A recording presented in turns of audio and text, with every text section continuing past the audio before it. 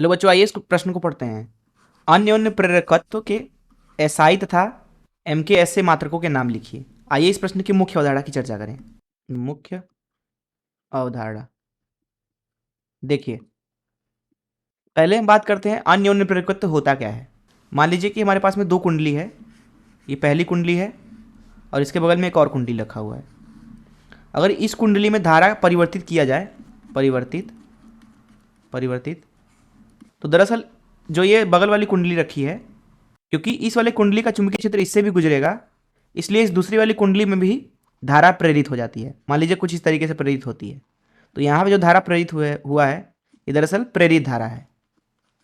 प्रेरित धारा, यहाँ पे जो धारा आई है वो जब तक परिवर्तित किया जाएगा, जब तक वो परिवर्तित होता रहेगा, तब तक ये धारा प्रेरित हुआ रहेगा।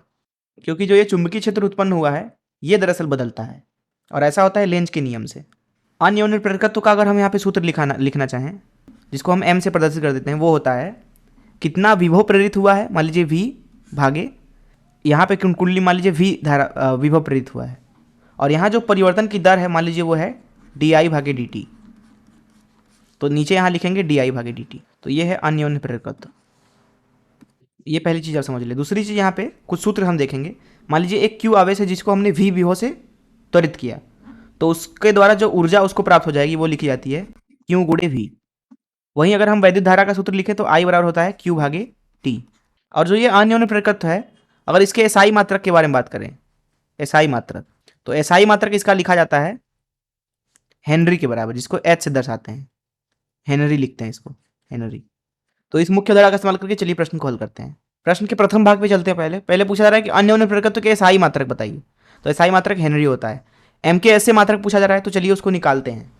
देखिए, एम का जो मात्रक हो जाएगा वो हो जाएगा वी का मात्रक भागे डी आई भागे डी टी का मात्रक, डी आई भागे डी टी का मात्रक। डी आई भागे डी टी का मात्रक होता है एम्पियर, क्योंकि धारा ऊपर है नीचे समय है, तो एम्पियर भागे समय टी। और समय का मात्रक होता है सेकंड, तो यहाँ सेकंड लिख लेते हैं, सेकंड। और ऊपर हमें चाहिए विभव का मात्रक। यहाँ पे मैंने आपको दो सूत्र बताया था, तो यहाँ पे विभव का मात्रक लिख सकते हैं। विभव का मात्रक हो जाएगा, पहले वाले सूत्र का इस्तेमाल करते हैं तो एनर्जी का मात्रक, ऊर्जा का मात्रक भागे आवेश का मात्रक।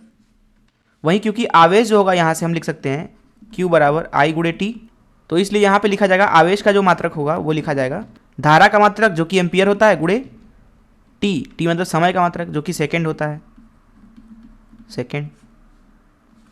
तो इसको उठा के यहाँ पे V के मात्रक में डालते हैं, तो V का मात्रक मिलेगा आपको ऊर्जा का मात्रक, ऊर्जा का मात्रक भागे एम्पियर गुणे सेकेंड, सेकेंड। तो इसलिए अब यहाँ पे m का मात्रक लिखेंगे हम। m का मात्रक हो जाएगा जो कि है सेकेंड भागे एम्पियर गुणे विभव का मात्रक। विभव का मात्रक है ऊर्जा का मात्रक भागे एम्पियर गुणे सेकेंड। तो यहाँ से हमें मिल रहा है m का मात्रक, अर्थात अन्योन्य प्रेरकत्व का मात्रक एम के एस पद्धति में ऊर्जा का मात्रक भागे एम्पियर के वर्ग का मात्रक। अगर हम ऊर्जा के मात्रक को लिखें, ऊर्जा का मात्रक ऐसा एम के एस पद्धति में, एम के एस पद्धति में, तो ऊर्जा का मात्रक होता है केजी मीटर का वर्ग सेकेंड की घात ऋण 2। इसको यहाँ उठा के डाल देते हैं तो आपको अन्योन्य प्रेरकत्व का मात्रक मिल रहा है ऊर्जा जो कि है केजी मीटर का वर्ग सेकेंड की घात ऋण 2, और नीचे है ए का वर्ग, तो ये ऊपर आएगा तो ए की घात ऋण 2। तो ये हो गया प्रश्न के दूसरे भाग का उत्तर, अर्थात जो अन्योन्य प्रेरकत्व है उसका एम के एस पद्धति में मात्रक हो जाएगा केजी मीटर का वर्ग सेकेंड की घात ऋण 2 एम्पियर की घात ऋण 2। मैं आशा करता हूँ कि आपको इस प्रश्न का हल जरूर समझ में आया होगा। धन्यवाद।